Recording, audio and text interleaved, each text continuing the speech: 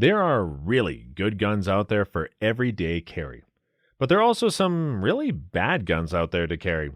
This is my take on that topic, so please be open-minded.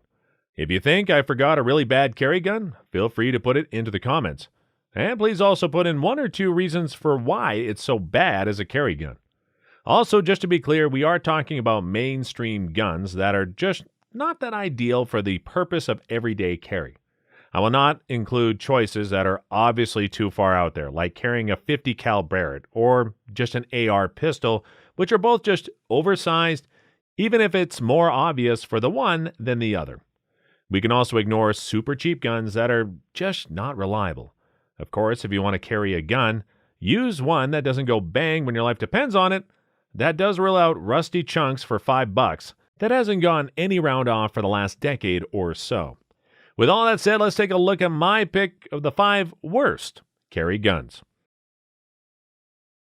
Number 5, the Taurus Judge. The Taurus Judge has seen a lot of popularity, and that makes on the face of it a lot of sense. Just think about it.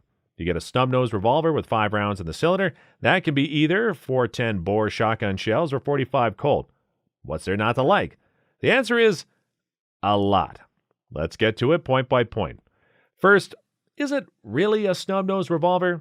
Yeah, the barrel is so short that it does qualify as a snubby, but the cylinder is thanks to the ability to shoot shotgun shells so long that the whole revolver gets more to the size of an average Colt chambered in .45. This means you still have a hefty chunk of metal, but with the power of a short barrel. Does not sound so advantageous. Then there's the fact that you shoot 410 bore shotgun shells. Everyone likes a really nice shotgun, and they're great. Don't get me wrong. A good old 12 gauge will shower an attacker with 9 or so triple-aught buck pellets that each have the power of a 9mm round. That does put an end to a fight rather quickly. The problem is that you do not shoot 12 gauge out of a long gun, but a 410 out of a short barrel. You get maximum 5 caliber 36 pellets that each have way less energy than a 9mm round. The result is that you do some damage, yes, but not as much as you think. A solid 45 Colt round out of a longer barrel of a normal revolver in the same overall size will be way better. To this comes the fact that the 410 load will spread out pretty fast contrary to a 45 Colt slug. But you might say the Taurus Judge also shoots 45 Colt, right? It does. It even shoots the maximum expansion bolts from Lehigh Defense that can get some really good effects. Downside is that there's a long way to the barrel as the chambers are so long and a short barrel itself, meaning little precision, low speed. You want to shoot 45 Colt and do some real damage, use an average 45 Colt revolver. Same size, less weight, more firepower than the Taurus Judge. Number 4, the Magnum Research Desert Eagle. The Magnum Research Desert Eagle is by itself a great gun, no doubt about it. It's big, heavy, and it shoots really big bullets in caliber 50 AE. You can also get one in .44 Magnum and even .357 Magnum. So, why is it not such a great gun to carry? Well, the first reason is quite obvious. It's big. Bigger, biggest, and heavy, heavier, heaviest. You want to conceal that baby? Well, carry it in a backpack. Okay, if you're one mighty big fellow, it might look small on you. In that case, carry one and have fun. If you're more than average stature, find something in an adequate size. Apart from its size, caliber, 50 AE is not necessarily the power level you need to stop an attacker.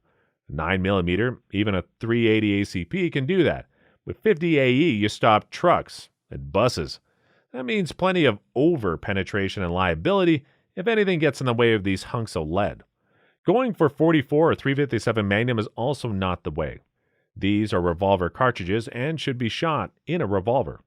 There, they work quite fine. They come with a great variety in loads and power.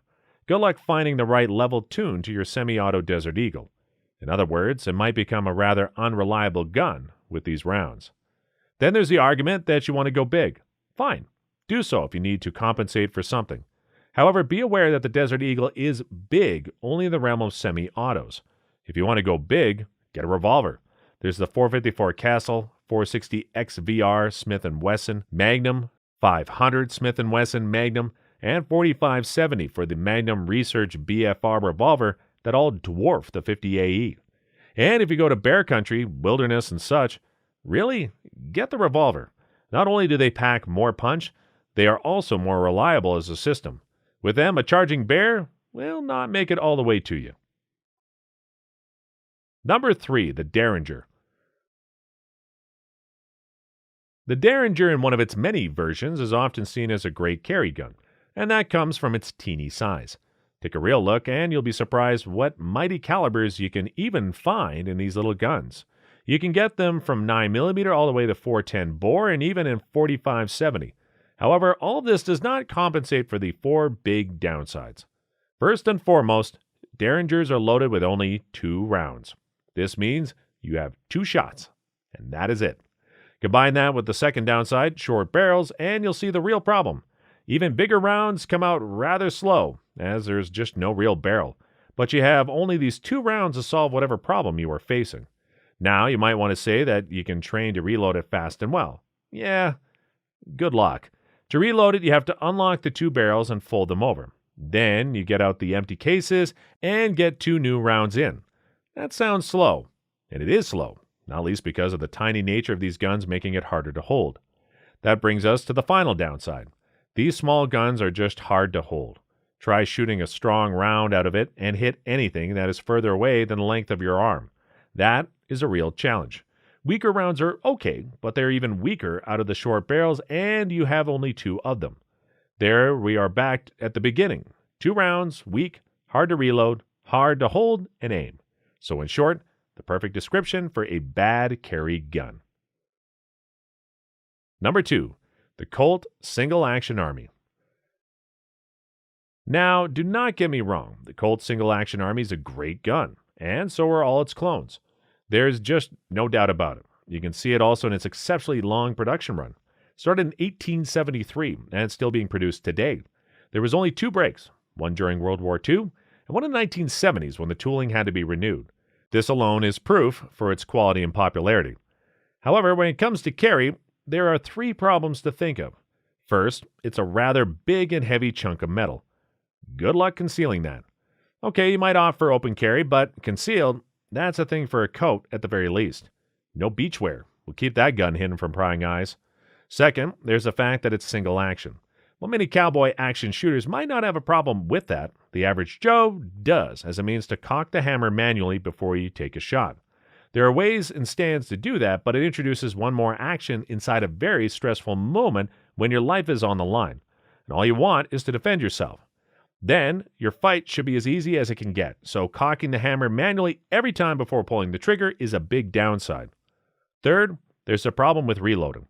With semi-automatics, all you do is press the mag release, put in a new mag, rack the slide, and on you go. With a double-action revolver, you swing out the cylinder and eject all rounds in one. Then you can reload all chambers in one moment with a speed loader. For a single action, you have to open the loading gate, get out each empty case individually, and then reload every chamber one by one. Alternatively, you empty one chamber, load one chamber, and do the same over and over again until the reload is complete. That takes an eternity. The exception to that is if you're into cowboy action shooting, and that's what you train with, or an outdoorsman carrying a Colt single-action army for some game. The wilderness, these good old workhorses show their best and have their place. They're reliable, have plenty of firepower, and are easy to aim. In a city, however, faced with two-legged predators, as the average shooter with little training, they just demand too much from you. Number 1, the Burst of Thunder. The Burst of Thunder is a really unique gun. It's small and does not look so bad, but that's not the unique part. Instead, it's its tendency to burst without being even a polymer pistol. I mean, to get a metal frame to burst, that's an accomplishment of some sort. In that case, it's the accomplishment to just compress some matter to make it quite look like metal, but without the strength necessary to withstand the stress of shooting.